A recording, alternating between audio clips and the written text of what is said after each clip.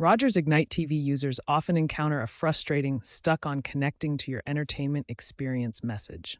This issue typically arises during app launch on devices like smart TVs or streaming boxes. The quickest fix is a simple refresh and reboot of your system.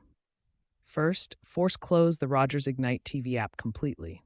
Then, power cycle your streaming device by unplugging it for 30 seconds before plugging it back in.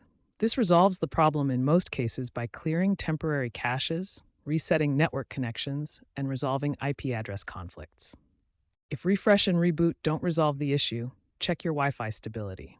Use the Rogers My Rogers app for speed tests. Rogers recommends at least 25 Mbps for HD streaming to ensure smooth connectivity.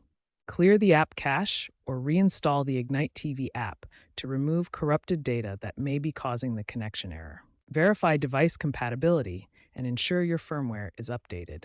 Older devices may struggle with the app, and Rogers regularly pushes updates to fix connectivity issues. Check the Wi-Fi standards your device supports for optimal performance. If the problem persists, contact Rogers customer service for device diagnostics.